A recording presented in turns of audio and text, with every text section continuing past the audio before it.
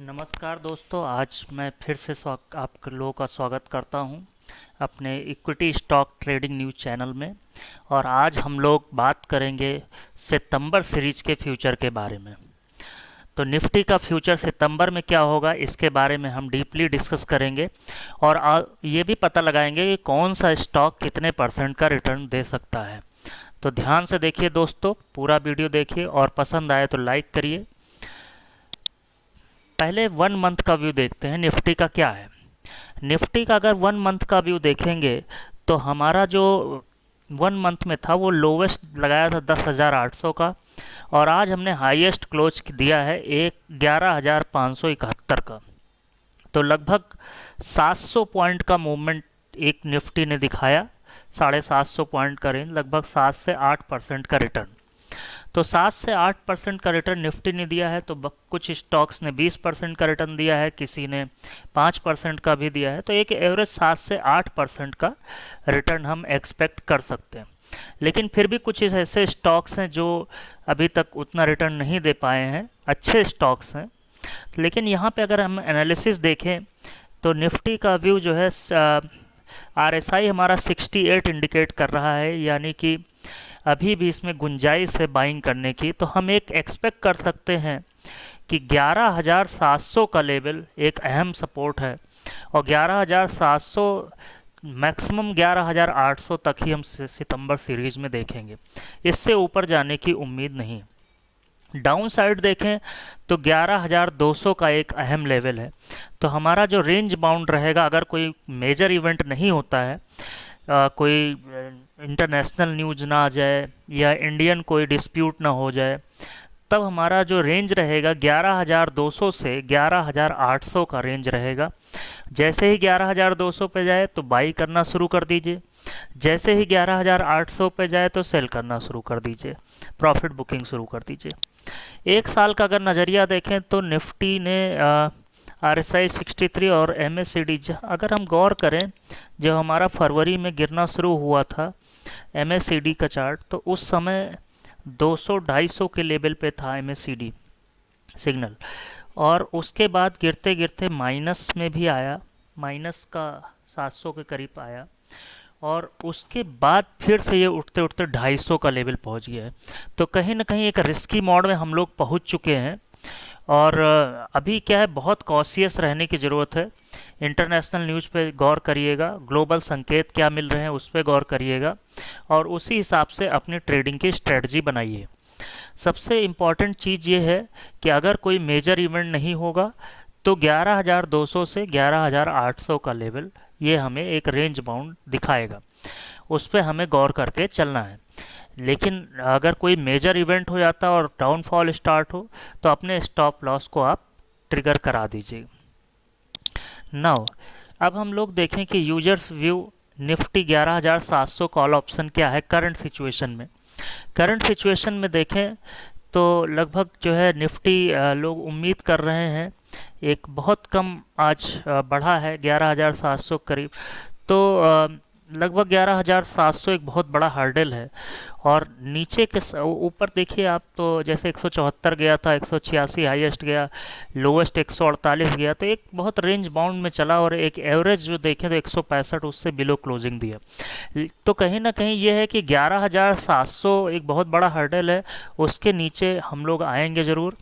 और अभी फ़िलहाल मुझे जो ऐसा लग रहा है 10-15 दिन में, कि हम लोग एक बार 11,400 का लेवल टच ज़रूर करेंगे, फिर उसके बाद ही 11,700 का लेवल टच होगा। फिर अगर हम देखें तो 11,300 पे पुट ऑप्शन क्या है, ये ज़रूर डिक्रीज हुई है। और ज़रा देखें तो प्राइस का मूवमेंट बहुत ज़्यादा नहीं है। तो 11,138, क्योंकि आज हम लोगों ने ऊपर की तरफ क्लोजिंग दिया है तो वॉल्यूम कम है, लेकिन पुट की वॉल्यूम कम है और कॉल की वॉल्यूम बहुत ज़्यादा है। तो जब आदमी बहुत ज़्यादा बात करना शुरू कर दे कि ऊपर की तरफ ही जा रहा है, तो ये समझ लीजिए कि अब सेल ऑफ आने वाला है।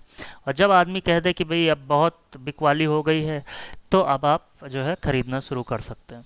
तो एक कॉशियस रहने की ज़रूरत है, ध्यान रखने की ज़रूरत है। तो ये हमारा जो है कॉल ऑप्शन और पुट ऑप्शन डेटा। नाउ अगर हम मेजर इवेंट्स देखें सितंबर में क्या होंगे, दोस्तों वो हमारे जो इवेंट्स होंगे वो हैं यूएस चाइना डिस्प्यूट, जिस पे अभी रिसेंट में क्या रिएक्शन आता है कुछ कहना मुश्किल है।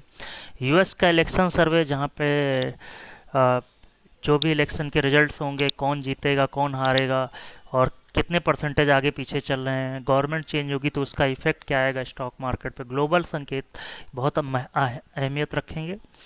Finishing of third quarter performance, यानी बहुत सारी कंपनियां अपना थर्ड क्वार्टर अब फिनिश कर रही होंगी तो उनके एक आंकड़े आने शुरू हो जाएंगे कि सितंबर तक उन्होंने क्या परफॉर्मेंस दिया है। तो जुलाई अगस्त सितंबर ये 3 मंथ होते हैं हमारे क्वार्टर के, तो इनके रिजल्ट अक्टूबर में आने शुरू होंगे। तो एक आइडिया लगना शुरू हो जाता है कि थर्ड क्वार्टर की परफॉर्मेंस क्या रही। और फिर जीडीपी का डेटा क्या रहा, कितना हम उम्मीद करें। अभी तक क्या था कि कितना नुकसान हुआ इसका पता लगना मुश्किल था।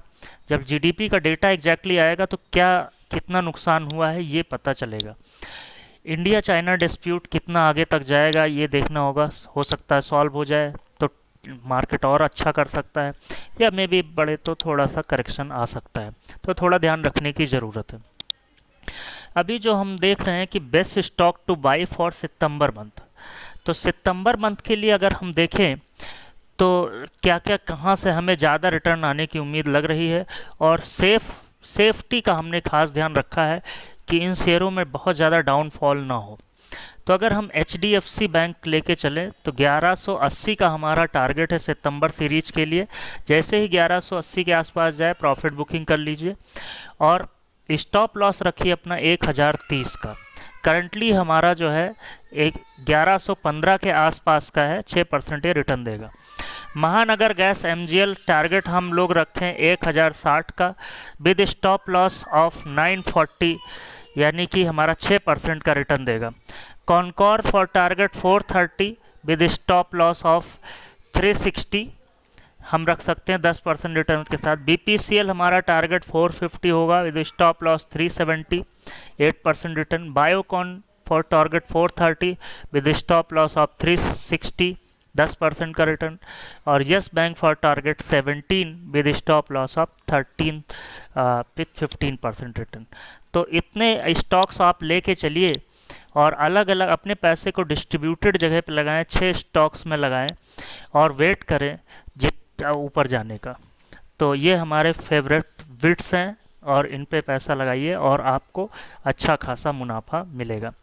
तो दोस्तों एक 6 स्टॉक्स के बारे में ध्यान रखिए, यही हमारे मेजर 6 स्टॉक्स हैं। और इसके बाद जो है रिस्क देखें तो सब्जेक्ट हमेशा रिस्की रहता है, तो आप इस पे ध्यान रख के चलें। थैंक यू दोस्तों, और प्लीज़ हमारे चैनल को लाइक करना मत भूलिए, सब्सक्राइब करिए और अच्छा लगा हो तो कमेंट भी ज़रूर करिए। धन्यवाद दोस्तों।